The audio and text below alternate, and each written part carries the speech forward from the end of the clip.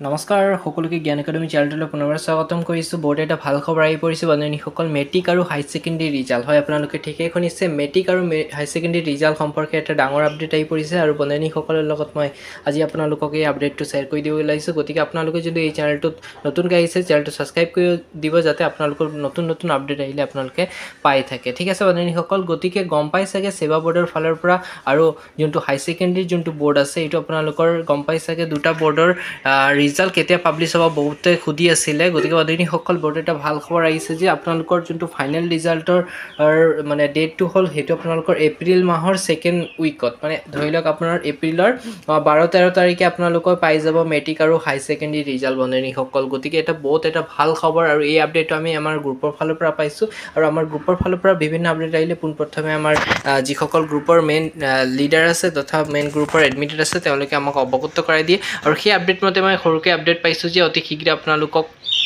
ৰিজাল্টটো প্ৰকাশ কৰি দিব আৰু 12-13 তাৰিখে এপ্ৰিলৰ 12-13 তাৰিখে আপোনালোকে হাই ছেকেণ্ডেৰীৰ লগতে মেট্ৰিকৰ ৰিজাল্টৰ ফাইনেল আপডেটটো পাই যাব। ঠিক আছে বন্ধুসকল, আৰু নতুনকৈ আপডেট আহিলে আপোনালোকক মই চেনেলটোৰ ফালৰ পৰা জনাই দিম।